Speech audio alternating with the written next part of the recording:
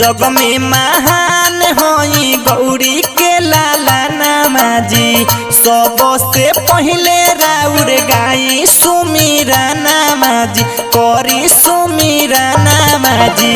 सुमिरन में हमारा आजुआई गौरी के ललना, सुमिरन में हमारा आजुआई गौरी के ललना, सुमिरन में हमारा आजुआई गौरी के ललना।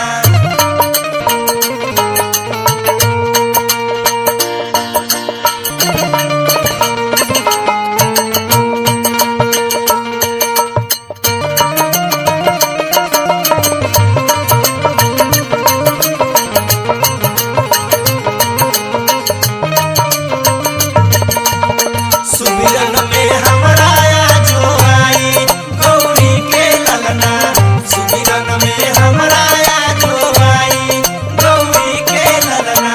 ए बबुआ, सबसे पहले हिंदू समाज में गणेश जी महाराज के पूजा आराधना होला। काहे कि मंगल के दाता हैं, विघ्न के हरैया है। लइका कहता हाथ जोड़ी खार बानी, करत गोहार बानी, करत गोहार बानी।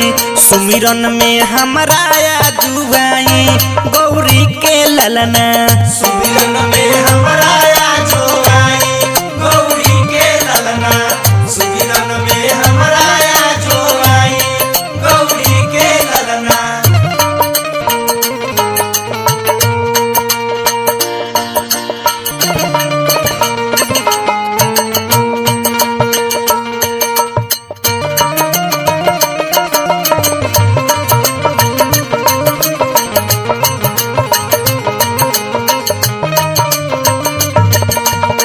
सुमिरन में हमारा आजुआई गौरी के ललना, सुमिरन में हमारा आजुआई गौरी के ललना।